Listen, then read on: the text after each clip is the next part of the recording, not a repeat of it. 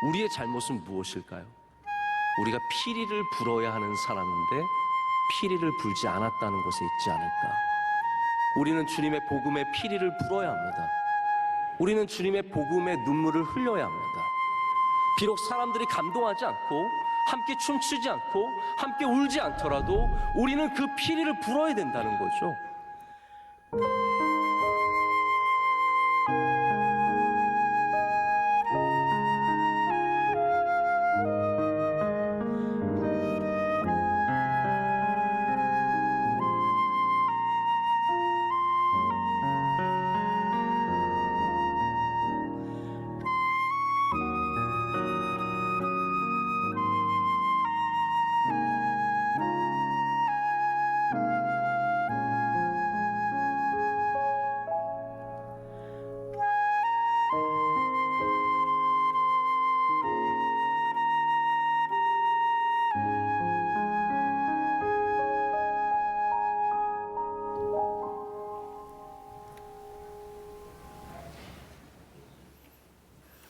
안녕하세요.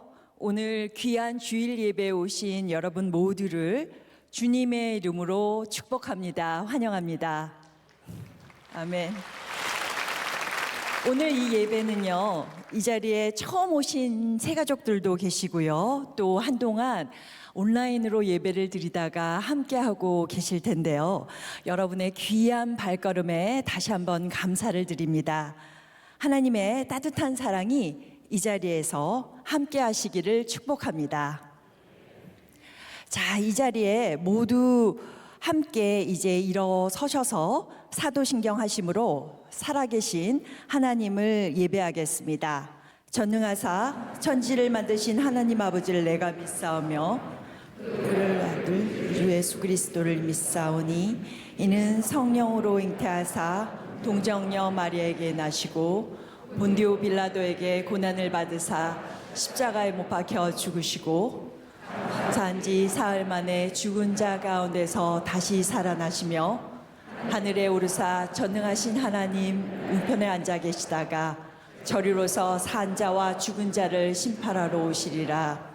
성령을 믿사오며 거룩한 공회와 성도가 서로 교통하는 것과 죄를 사하여 주시는 것과 몸이 다시 사는 것과 영원히 사는 것을 믿사옵나이다.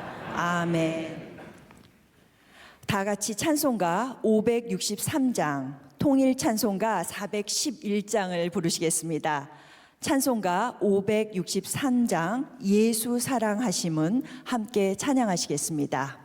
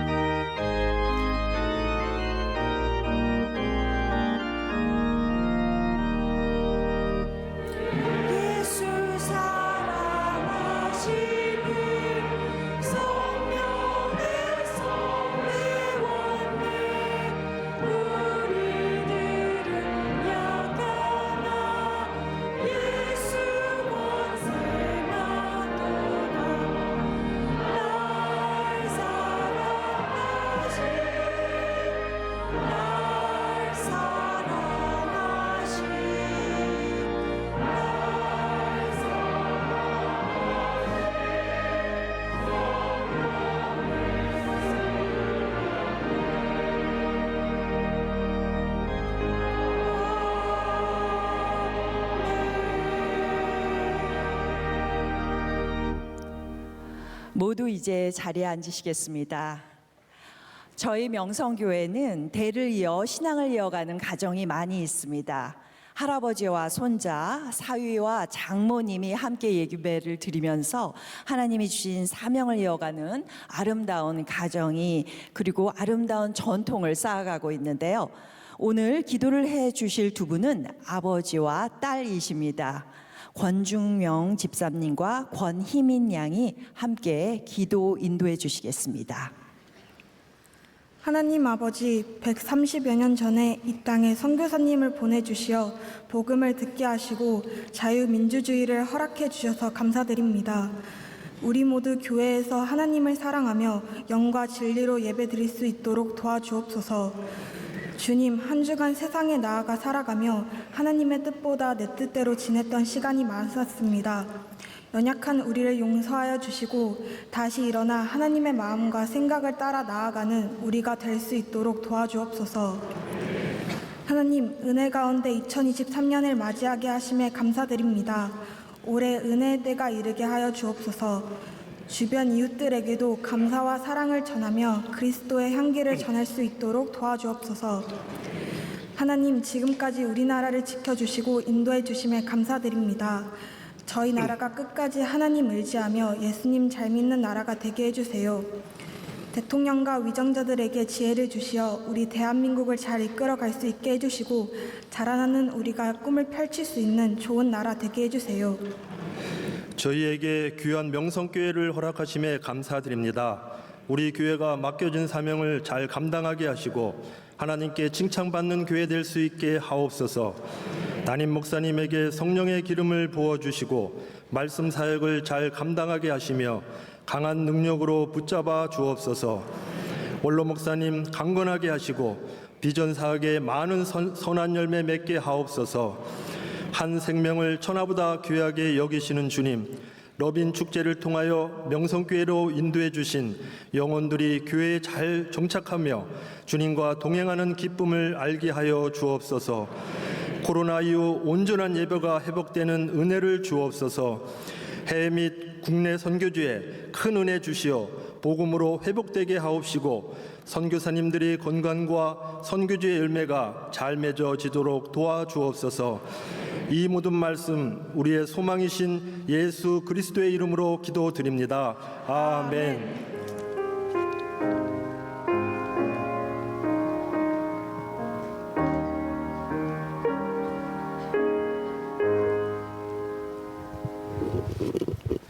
오늘 하나님께서 우리에게 주시는 말씀은 로마서 11장 33절에서 36절 말씀입니다. 오늘 성경 봉독을 해주실 부부는 믿음의 뿌리를 내리고 성장하는 새가족 부부입니다. 로마서 11장 33절에서 36절 말씀을 김종형, 최선아 집사님께서 봉독해 주시겠습니다. 깊도다 하나님의 지혜와 지식의 풍성함이여 그의 판단은 헤아리지 못할 것이며 그의 길은 찾지 못할 것이로다. 누가 주의 마음을 알았느냐? 누가 그의 모사가 되었느냐? 누가 주께 먼저 드려서 갚으심을 받겠느냐? 이는 만물이 주에게서 나오고 주로 말미암고 주에게로 돌아갑니다. 그에게 영광이 세세히 있을지어다. 아멘.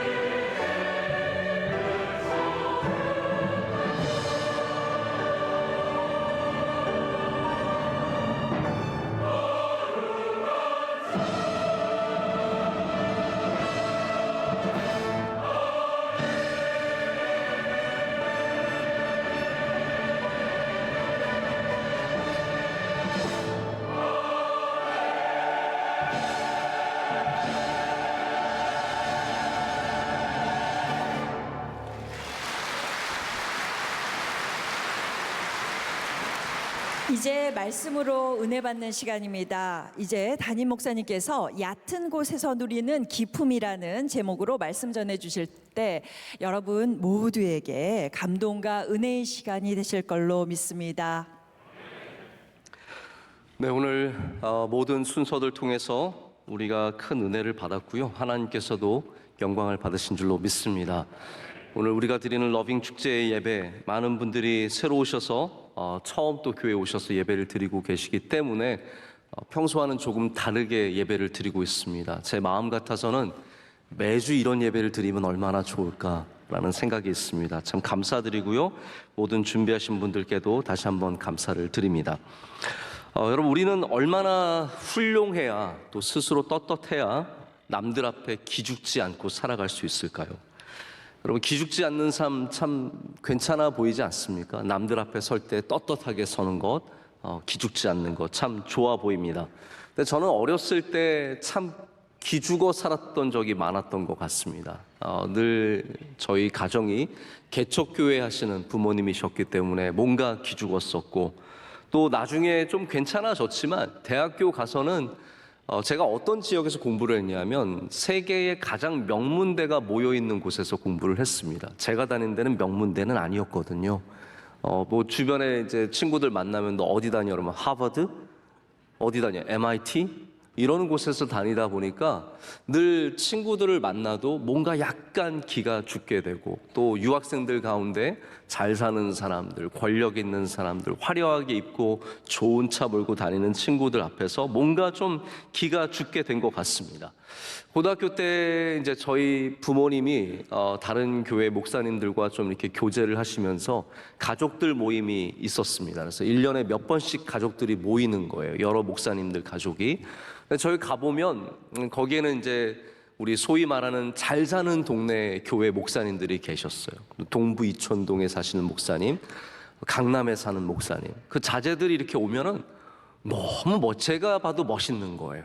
그리고 저희들을 보면 저희들은 메뚜기 같은 거예요. 정말 형편없고 부족하고, 너무 그 앞에 가서도 우리가 뭔가 좀 부족하다는 것을 많이 느꼈던 것 같습니다. 여러분, 이게 참 마음이 어려워지는 부분이죠. 지점입니다. 내가 생각해도 내가 참 많이 부족하고, 그리고 어울리지 않고, 그리고 그 앞에서 기가 죽는다는 거죠. 근데 여러분, 사람의 마음이라는 것은 그 마음만 중요한 게 아니라 그 마음이 무엇을 만들어내느냐가 참 중요한 것 같아요. 예를 들어서 기쁨의 마음이 만들어내는 것이 있다면 흥분의 마음이 만들어내는 것이 있습니다. 우리 기독교는, 우리 예수님 믿는 사람은 기쁨의 마음을 가져야 합니다.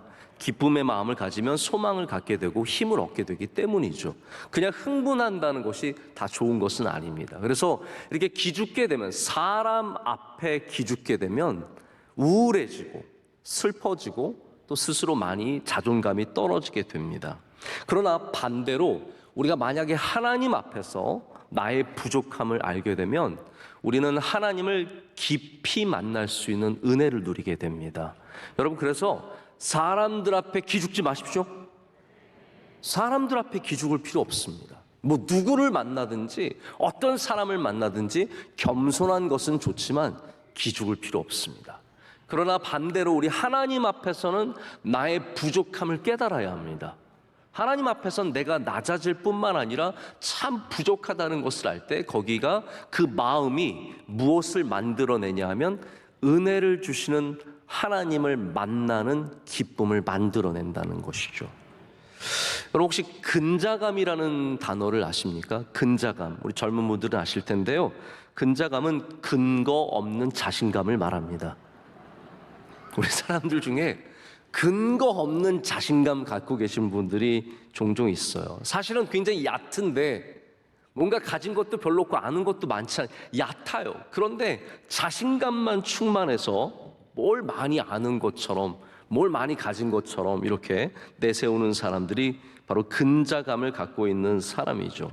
얕은 것은 결코 좋은 것은 아닙니다. 지식이 얕고 성실함이 얕고 충성심이 얕은 것은 결코 좋은 것이 아니죠. 얕은 것은 다 그 안이 보입니다.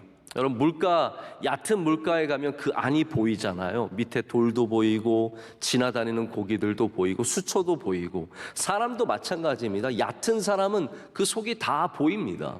별거 없는데, 갖고 있는 것도 없는데 막 대단하다고 하지만 별로 없는 것이 다 보입니다. 그러나 우리가 하나님 앞에서 제가 얕습니다, 제가 가진 것이 없습니다, 제가 아는 것도 없습니다 라고 고백을 한다면 우리는 그 얕은 곳에서 깊으신 하나님을 발견하게 됩니다. 나의 얕음 속에서 깊고 풍요로우신 하나님을 만나게 된다라는 것이죠. 그래서 얕다라는 것을 인정하는 것, 내가 하나님 앞에 많이 부족하다는 것을 인정하는 것은 은혜로 나아가는 첫 발걸음입니다. 오늘 여러분에게 이 발걸음이 있으시길 축복합니다.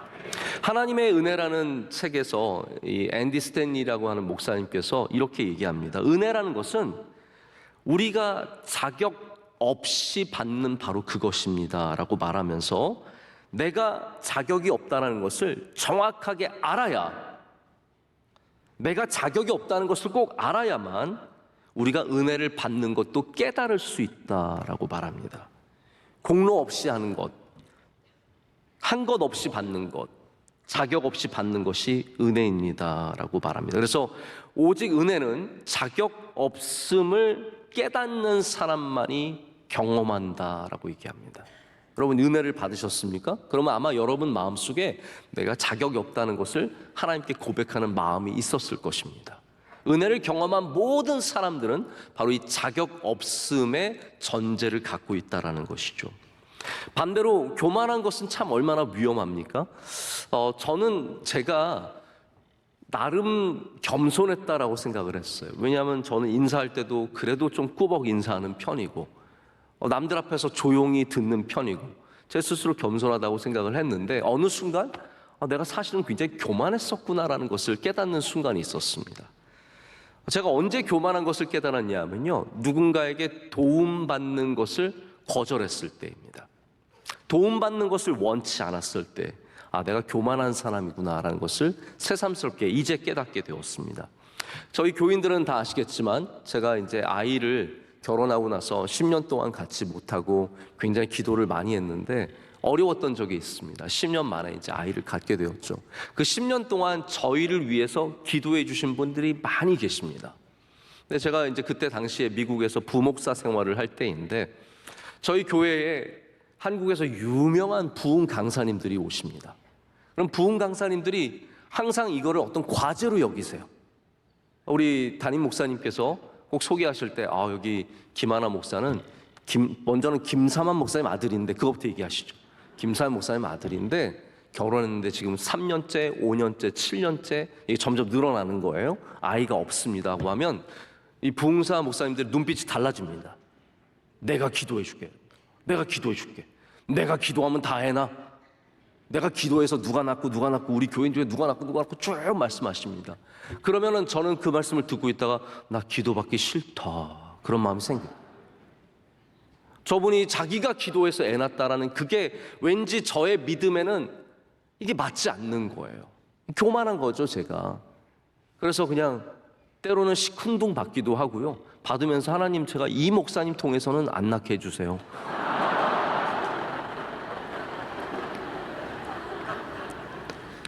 제가 논문을 쓸 때도 한 목사님을 만나게 되었는데, 그 목사님께서 이제 신학교 교수님이셨어요. 저한테 말씀하시기를, 내 지도만 받으면 논문이 술술 쓰인다. 그럼 제 분야도 아닌데 자기 지도를 받으라는 거예요. 그래서 어느 목사가 누가 내 지도를 받고 논문을 썼다고 말씀을 하셔서 제가 알겠습니다라고 인사는 했지만 연락을 절대로 안 드렸습니다. 왜 그렇습니까? 나중에 다니시면서 김하나 목사 박사, 그거 멍청한 애를 내가 가르쳐줘가지고 겨우겨우 받게 했다, 이런 말씀하고 다니실까봐 싫었던 거예요. 지금 생각해보면 다 제가 교만해서 그랬던 겁니다.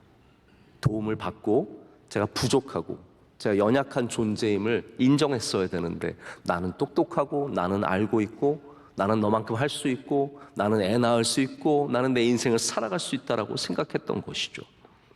우리가 낮아질수록, 우리가 스스로를 부인할수록 우리는 더욱더 하나님의 긍휼과 은혜가 필요한 사람을 내 안에서 발견하게 됩니다.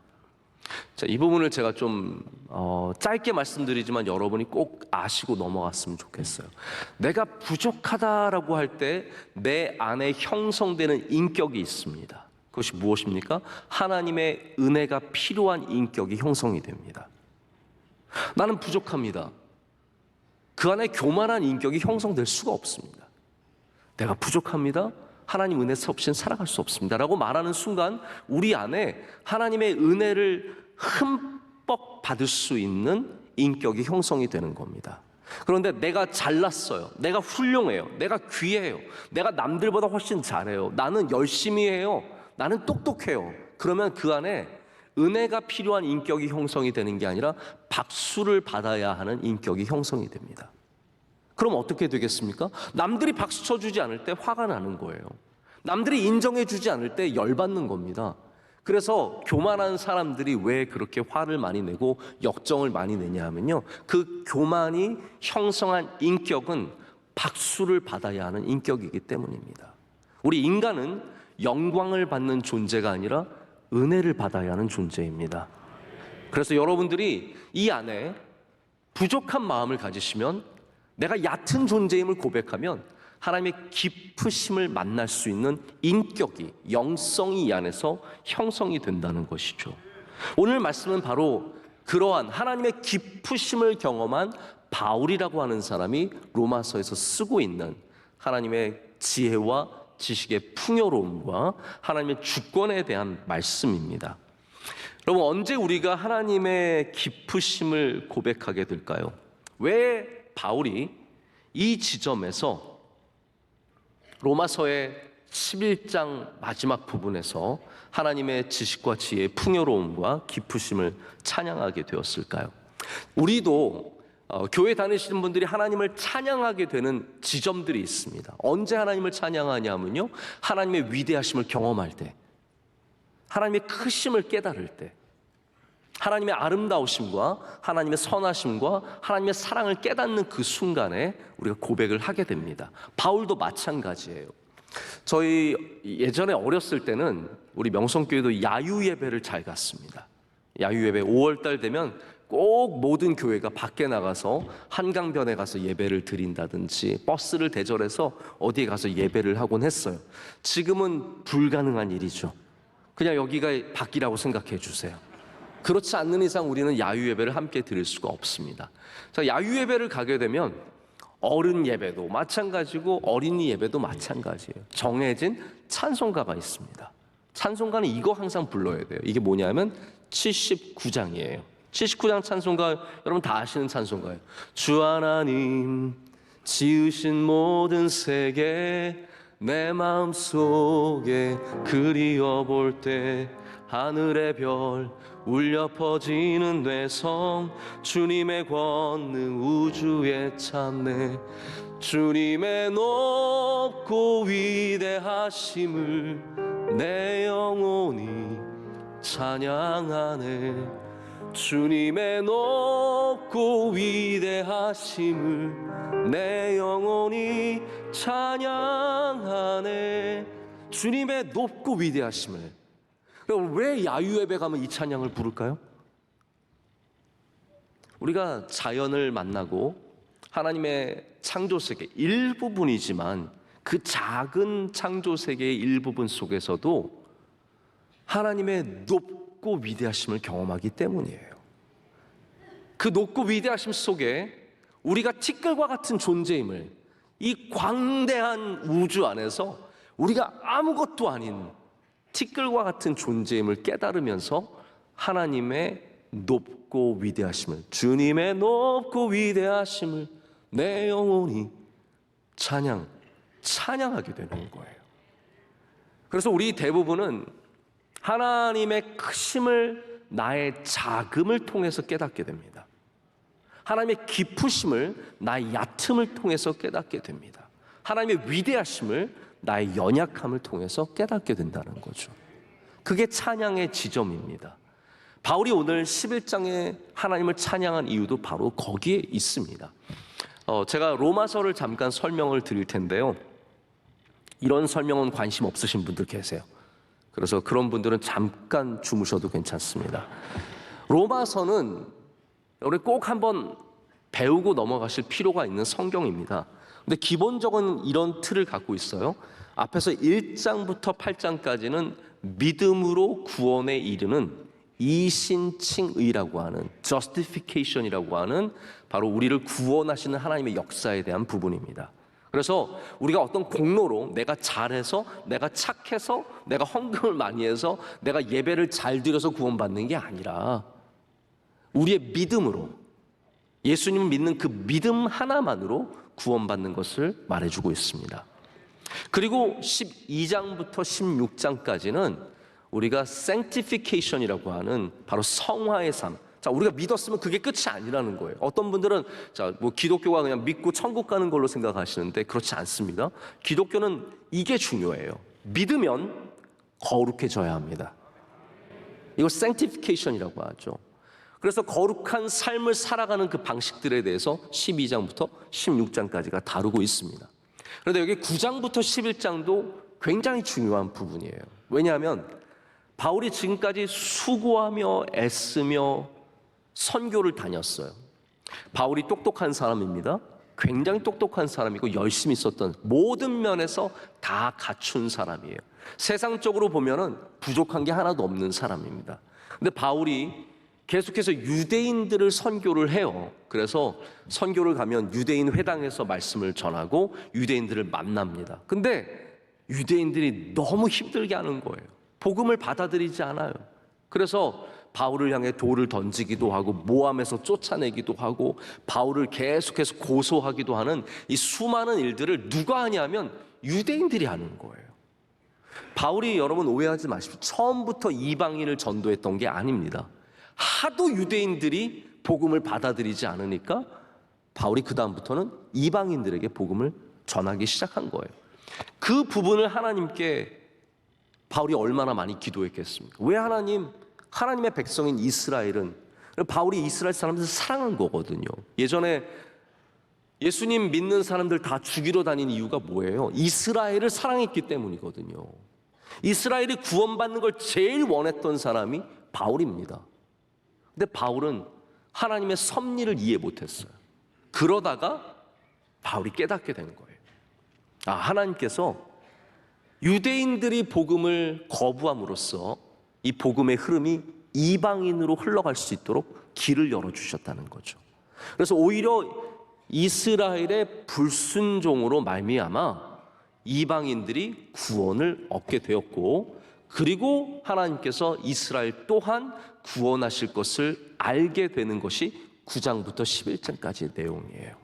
그래서 여기가 중요한 겁니다. 바울이 지금까지는 자기의 생각과 자기의 지식과 자기의 경험으로 해왔지만 바울이 뭐라고 고백합니까? 하나님, 제가 다 아는 줄 알았는데 제가 하나님께 무슨 말씀을 제가 하나님의 모사가 될 수 있겠습니까?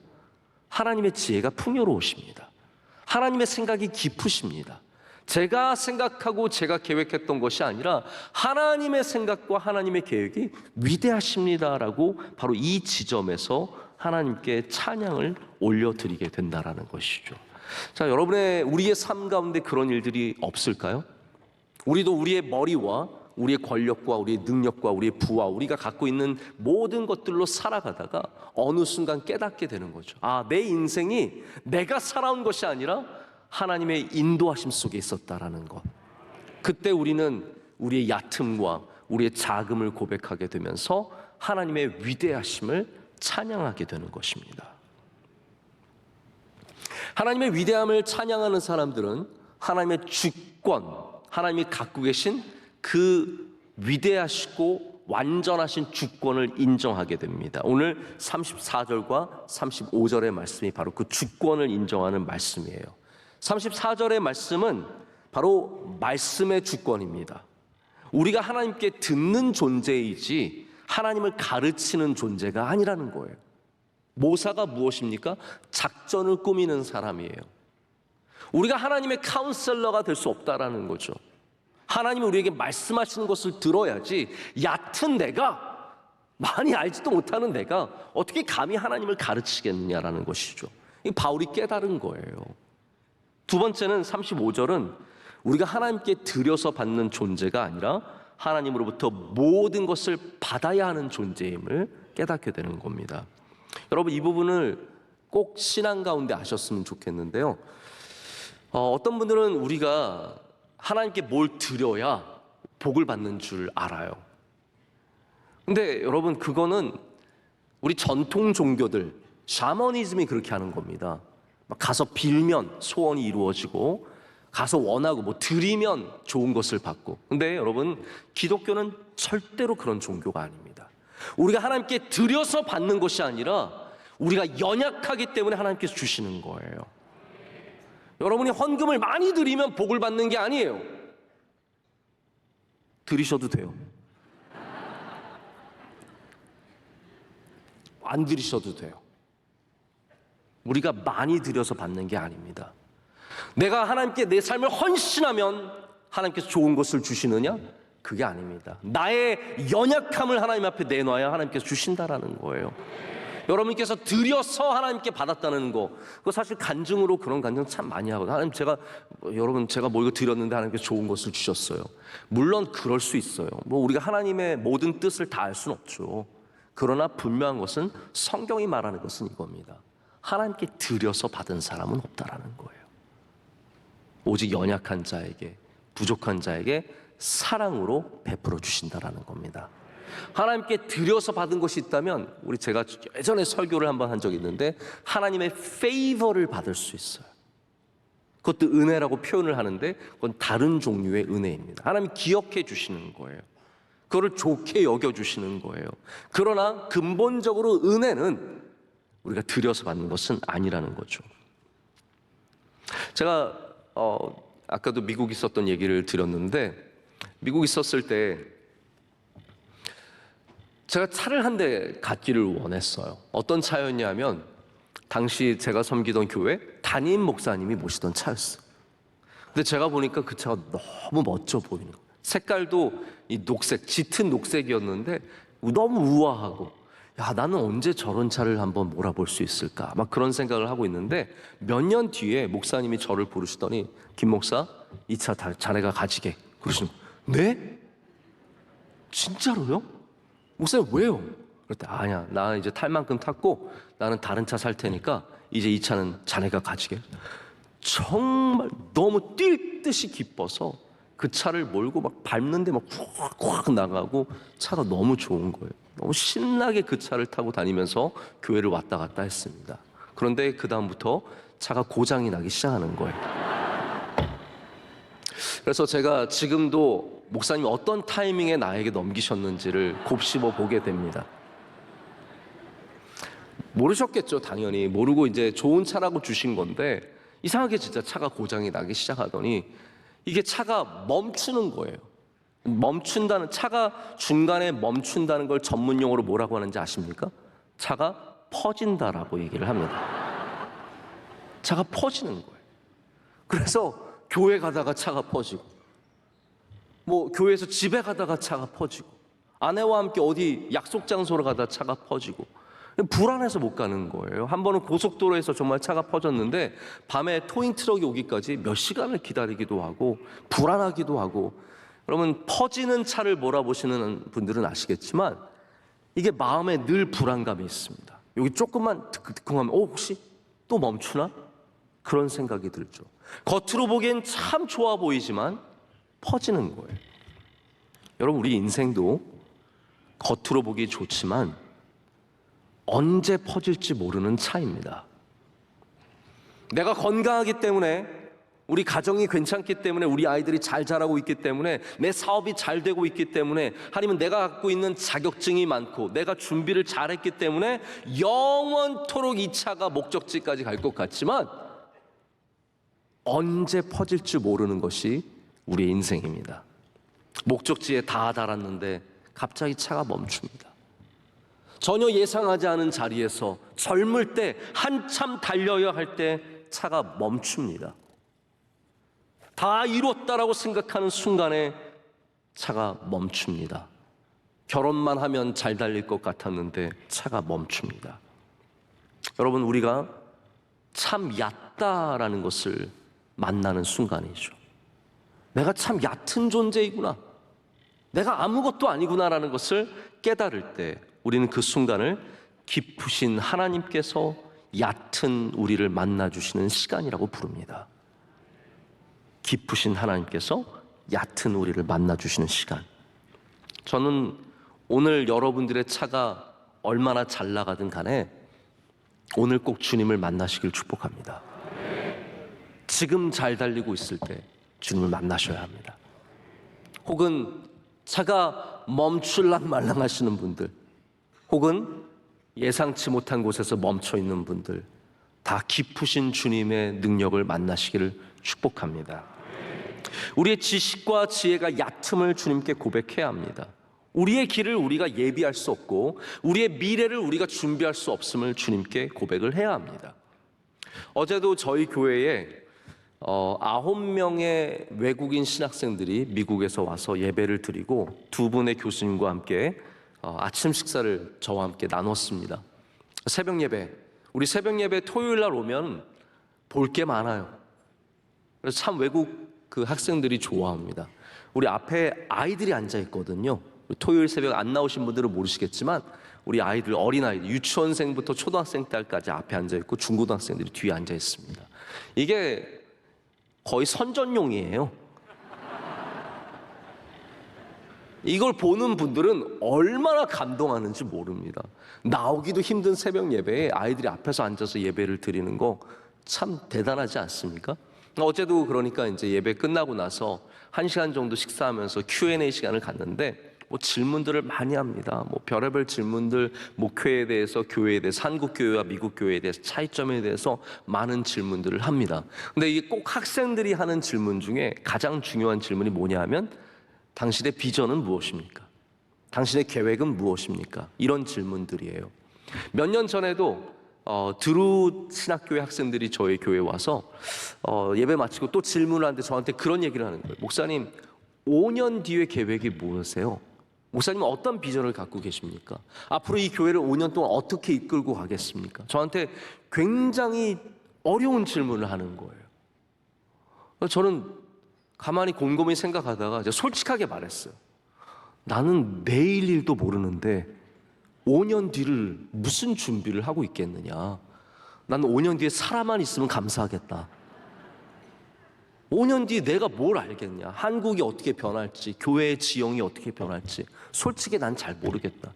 다만 나는 오늘 주신 일들을 성실하게 하고 그리고 목표를 세우고 달려가는 일은 하겠지만 5년 뒤는 모르겠다 했더니 저는 그래서 얘네들이 실망하겠구나. 뭔가 좀 멋진 대답을 얻기 원했을 텐데 실망시켜서 참 미안하다 생각을 했는데 걔네들이 박수를 쳐주는 거예요. 목사님, 저희가 많은 분들에게 질문하고 많은 대답을 들었지만 모른다는 대답은 처음 듣습니다.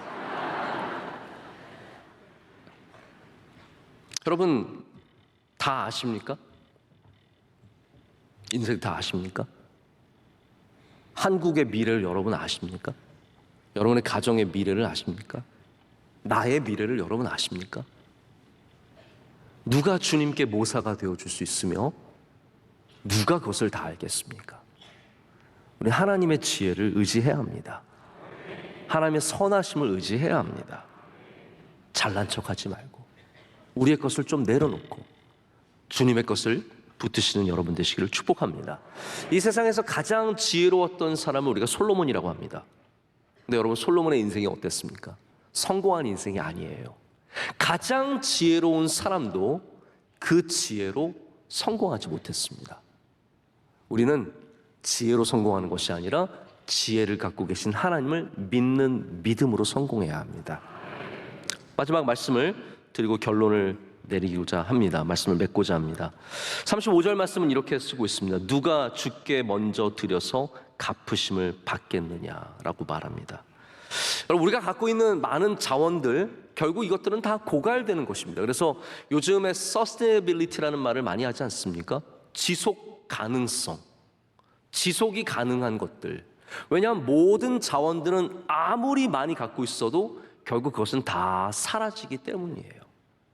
제가 아부다비라고 하는 UAE의 한 도시 가서 이렇게 보다 보니까 거기에 마스다 시티라는 곳을 가보게 되었습니다. 마스다 시티는 어떤 곳이냐면 석유로 만든 에너지가 아닌 전혀 다른 에너지를 통해서 도시를 운용을 하는 거예요. 이 큰 도시를 석유 한 방울 안 쓰고 모든 다른 에너지원으로 운용을 합니다. 근데 여러분 여기 상징성은 뭐냐면 이게 아부다비, 즉 중동에 석유를 생산하는 국가의 도시가 있다라는 거예요. 석유를 생산하는 도시가 뭐가 부족해서 다른 에너지로 도시를 굴립니까? 석유 많잖아요. 그런데 심지어는 이 UAE라는 국가가 석유가 나도 결국 우리의 미래는 석유에 있지 않다는 것을 알고 있는 거예요.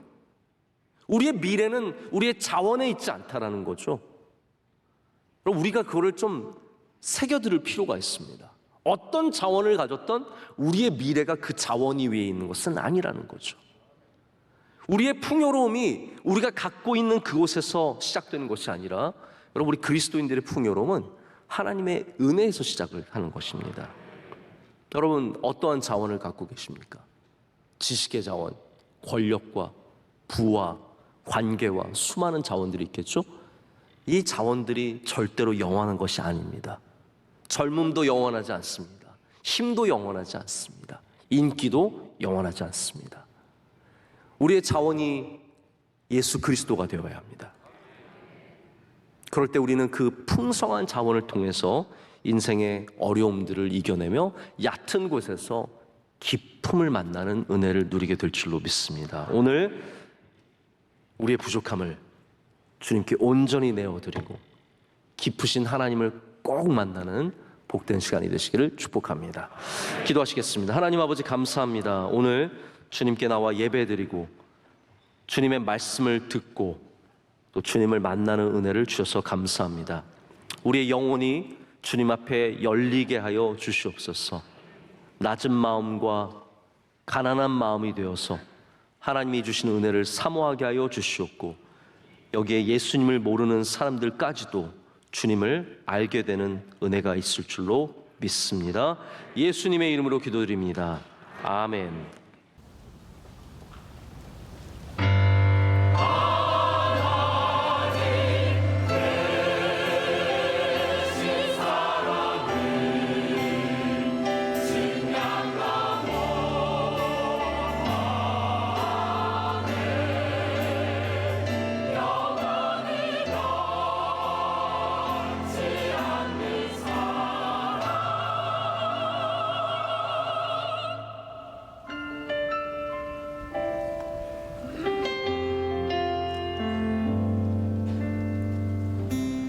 하늘보다 높으신 주 사랑, 바다보다 넓으신 주 사랑, 나를 향한 크고 높으신 사랑, 헛되고 헛된 그 모든 것 내게서 모두 건지셨네. 나의 수치 찬양되었네.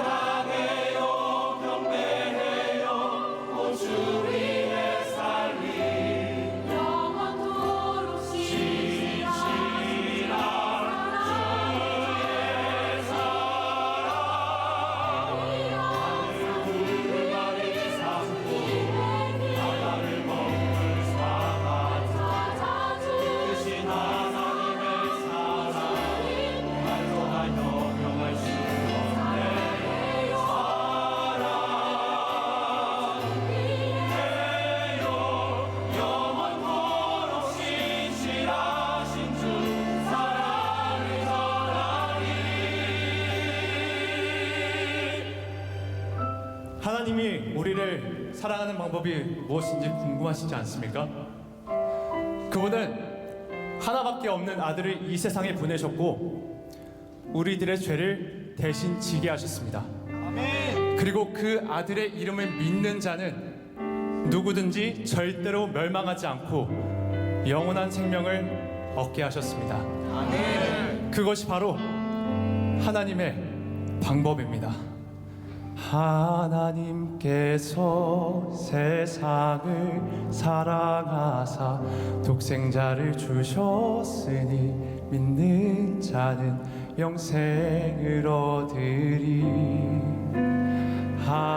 하나님께서 세상을 사랑하사 독생자를 주셨으니 믿는 자는 영생을 얻으리.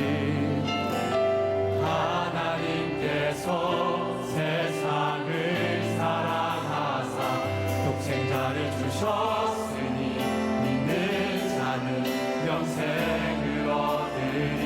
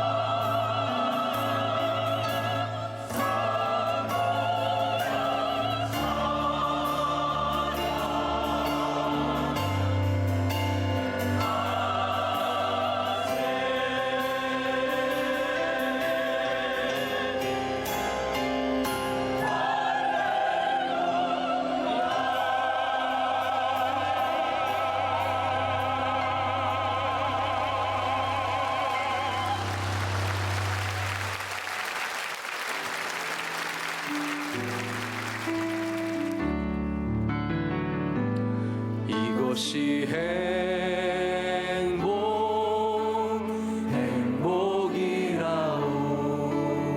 세상을 알 수 없는 하나님 선물.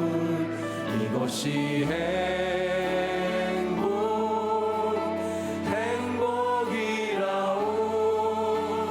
하나님의 자녀로 살아가는 것.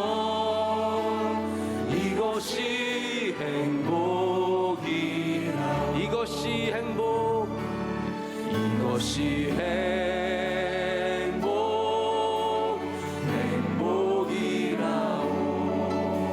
세상을 알 수 없는 하나님 선물.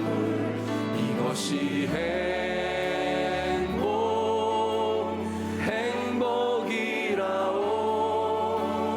하나님의 자녀로 살아가는 것. 이것이 행복이라오.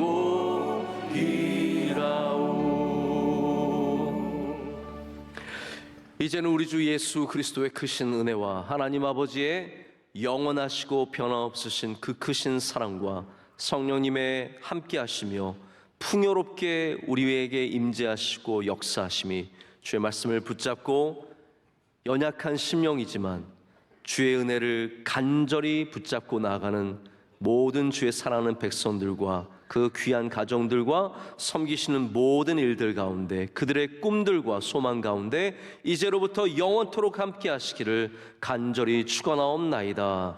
아멘.